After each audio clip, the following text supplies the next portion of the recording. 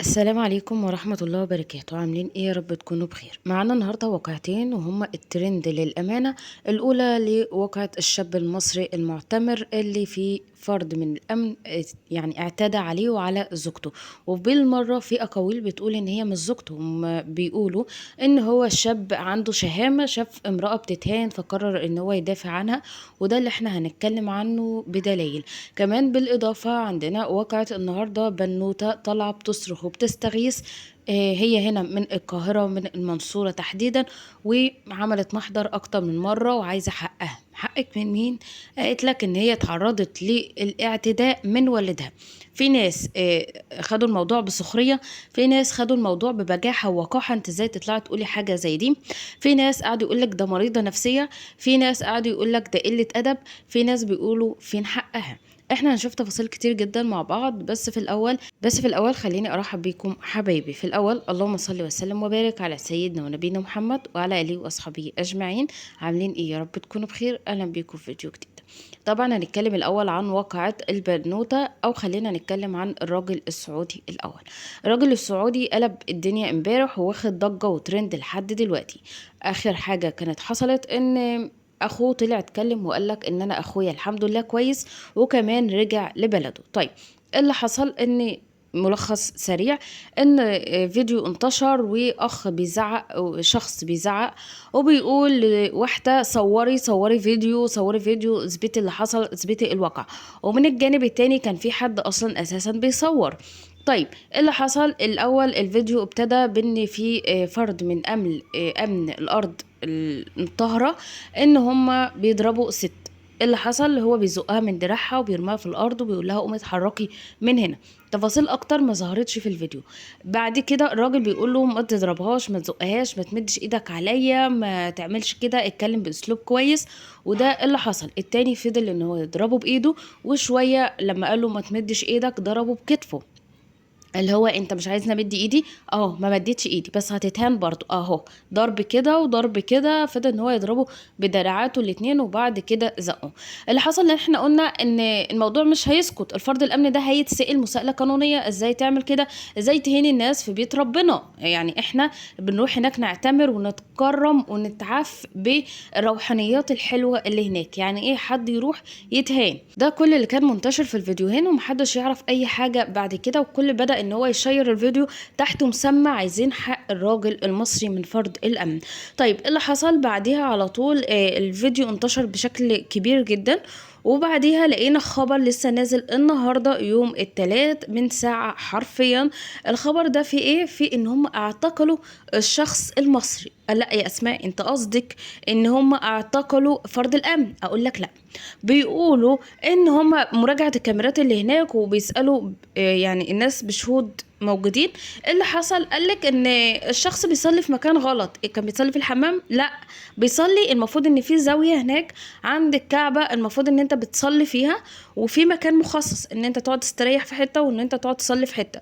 الراجل هو قاعد بيستريح، قاعد يصلي هو ومراته. طب يعني ما غلطش، ما شتمش، ما استغفر الله العظيم، يعني ما سبش، ما اعتداش على حد، ما عملش حاجة ان هو يتهان في الفيديو اللي احنا شفناه. قعد يقول له امشي من هنا. يعني الواقع حتى مش بيقول له ما تصليش هنا، لا، الفيديو فيه ما امشي من هنا، ويلا انت كمان امشي من هنا. بس يعني الواقع حتى ما تثبتش فيها ان هو بيصلي غلط. حتى لو بيصلي غلط من يعني انتوا فرد امن، يعني فرد امن هناك، المفروض ان انتوا بتحققوا الامن. هناك اي حد بيعتدي على حد، هناك اي حد يزعل حد، بيمد ايده على حد، بيهين حد، انتوا بتدافعوا عنه، مش انتوا اللي بتهينوا. غلط ما غلطش، المفروض ان انت توجهه بلباقة، توجهه بشياكة. الراجل رايح يعتمر، مش رايح يتهان. غلط ما غلطش، اكيد هو اول مرة يعتمر، تمام؟ لان هو لو اعتمر قبل كده كان هيبقى عارف التفاصيل، وعارف ان اللي بيصلي في اماكن غلط بيتجازى، بيتسجن، بيتحبس، الكلام ده كله. انما فكرة ان هو صلى في مكان غلط، بدل ما انت توجهه تحبسه، تعتقلوه، او تهينوه، برضو لا.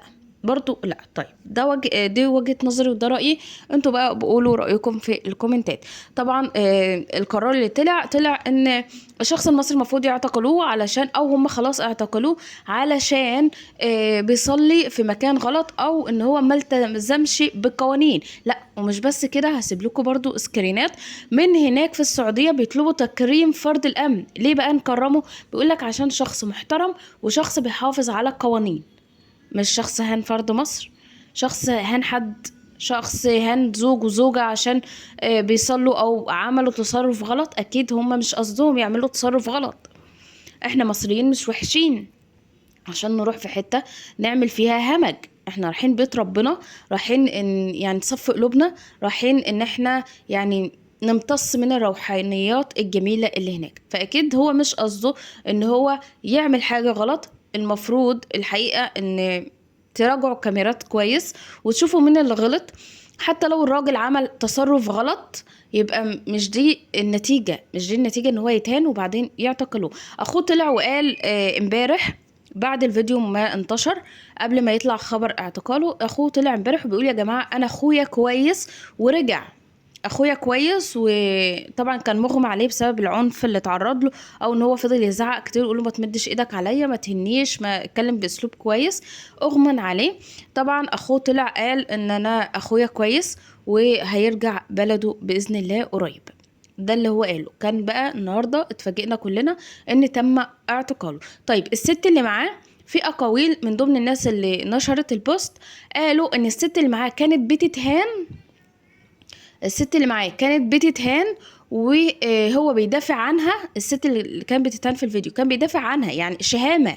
هي الفيديو كان بيقول شهامة، انما حتة بقى زوجتي مش زوجتي محدش ذكر حاجة زي دي. بس برضو في اقاويل بتقول ان هي زوجته. ده كده تفاصيل واقعة الاعتداء من راجل سعودي على راجل مصري بيعتمر. هشوف رأيكم في الكومنتات في الموضوع ده، وانتوا فعلا شايفين ان هو يستاهل ان هو يعتقل، ولا فرد الامن يستاهل ان هو يتكرم عشان بيحافظ على امن المكان وعلى النظام، ولا شايفين ان العكس صحيح، الراجل المصري هو اللي تهان والراجل السعودي هو المفروض يعتقله؟ اشوف رأيكم برضو في الموضوع ده في الكومنتات. طيب ندخل في نقطة تانية، او هنتكلم عن موضوع جديد، وهو بنوتة طالعة بتصرخ وبتستغيث بقالها فترة، وامبارح كان خلاص بقى جابت اخرها وطالعه منهاره. طيب اول مره ايه طلعت اتكلمت قبل ما تتكلم تاني امبارح كان يوم سبتمبر 2 سبتمبر 2025، يعني بالتوقيت ده كده هي عدت شهر ويومين. طيب ايه اللي حصل؟ ايه طلعت وكان اول تصريح ليها عن اعتداء والدها ليها. في الاول بدات ان هي تحكي، بتقول لك ان بابايا ومامتي انفصلوا وانا عندي 7 سنين، وبابايا رباني لحد ما بقى عندي 17 سنه.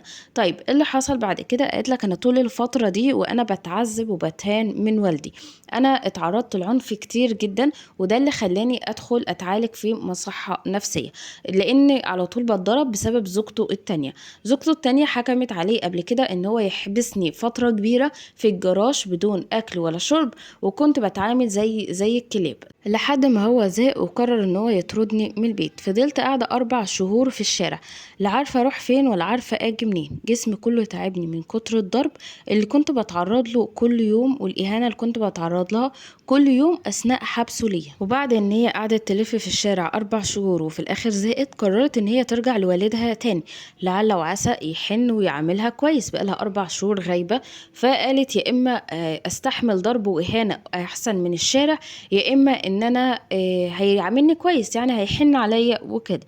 المهم ان هي رجعت وفضلت عنده في البيت. حصل خلاف بينه وما بين زوجته الجديدة التاني، فطردها المرة دي هي واختها. فالبنتين قرروا خلاص اللي هو لا، ما فيش حاجة هترجعنا البيت ده تاني، احنا هنعيش لوحدنا وهنشتغل ونصرف على نفسنا. لحد ما هي آية محمد اتجوزت، وبعد انفصالها على طول، يعني اتجوزت فترة وبعد كده انفصلت، ما قدرتش ان هي تستحمل تعيش مع جوزها. ايه السبب؟ قالت لك ان انا مشيت من بيت بابايا او اتطردت من بيت بابايا بسبب العنف والضرب، ولقيت ان انا اتجوزت واحد برضو ليه في العنف والضرب، وانا لا، خلاص قررت ان انا اعيش بطولي. فخلاص قررت ان هي تنفصل. بعد انفصالها على طول باباها عارف بخبر انفصالها، فقرر ان هو يتواصل معاها هي واختها مرة تانية. هي حددت بالضبط وقالت إن هو اتواصل معايا أنا أكتر وطلب منّي إن أنا إن هو يخرج معايا وإن أنا أسامحه وإن أنا أغفر له اللي عمله، وإن كل ده كان بضغط نفسي من زوجته التانية. فبتقول لك أنا ما كدبتش خبر وما اديتش أي خيانة، فخلاص تمام ما فيش حاجة، أنت بابايا وأنا مسامحاك وكل حاجة، بس أنا هافضل عايشة في المنصورة وأنت عايش في شقتك وما فيش أي مشكلة. بتقول إن هي شكت للحظة إن يكون باباها رجع إن هو يكلمها لما عرف إن هي انفصلت، بس هي بتشتغل وبتكسب كويس جدا من شغلها.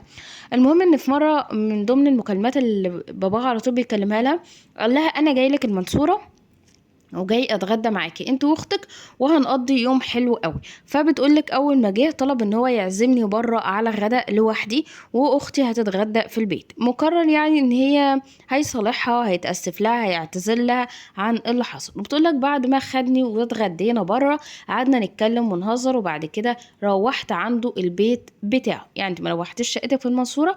قالت لك لا، قال لي تعالي نروح بيتنا. قالت ايه ان هي ما كدبتش خبر وان هي ما ادتش اي خيانه وراحت مع باباها وما فيش اي مشكله. هنا بقى يحصل التضارب، ركز معايا. بتقول ان هي وصلت لمكان، يعني هي في الاول قالت ان هي راحت مع باباها الشقه، بعد كده بدات ان هي تحكي ان باباها بدا ان هو يتعدى عليها. طب ازاي ما صرختيش ما صوتيش؟ ما حدش سمعك؟ ما حدش جه يحوشك؟ فين الجيران اللي فوقكم؟ فين الجيران اللي تحتيكم؟ فين الجيران اللي حواليكم؟ قالت ان هي كانت في مكان متحوطه بسور وكلاب، وكانت عماله بتصرخ وبتصوت كتير ومحدش لحقها ومحدش اتدخل في الموضوع. ازاي يعني ما حكتش تفاصيل. طيب ايه اللي حصل؟ قالت لك ان هي فضلت تصرخ، باباها فضل يهددها ان هي لو فضلت تقاوم او فضلت تزعق هيقتلها هي وبنتها، وهي خافت على بنتها. وبعد اللي حصل باباها اعتذر لها وقال لها حقك عليا، انا ما كانش قصدي اللي حصل وان انا ما كنتش في وعي، وان هو بيتاسف لها. وبعد كده قال لها قومي تعالي او اركبك عربيه علشان تروحي. فبتقولك اول ما وصلت عند العربيه فضلت ان هي تصرخ وتصوت وتستغيث بطليقها. طيب ايه اللي حصل؟ قالت لك ان هي بعد كده طليقها اخدها وراحوا عملوا محضر. طيب وبعدين قالت لك لحد دلوقتي المحضر ما فيش فيه اي جديد، وان هم قالوا ان هم هيعرضوني على الطب الشرعي اللي يفصل ما بيني وما بينهم. لحد التوقيت ده ولحد اللحظه دي ما حدش طلع تقرير الطب الشرعي. فين التقرير الطب الشرعي؟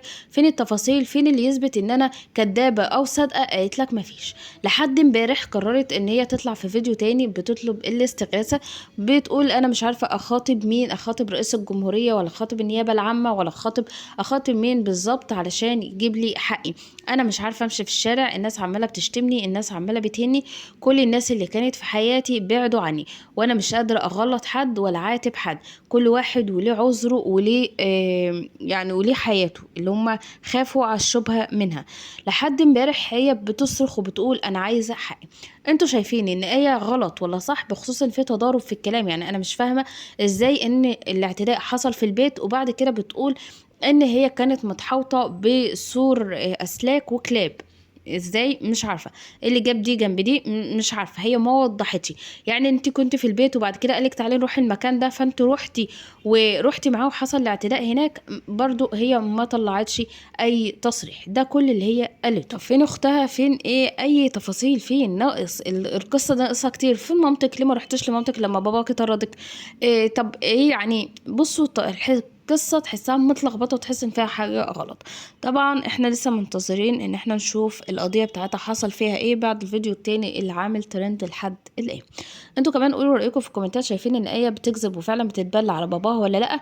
لان ده اللي قالها لما اتقال لها لما راحت ان هي تسأل على التقرير الطب الشرعي، قال لها ان هي بتتبلى على باباها وقال لها ان هي مريضة نفسية والمفروض ان هي تتعالج. هشوف رأيكم في الكومنتات واشوفكم في فيديو جديد حبايبي، في امان الله، مع السلامة.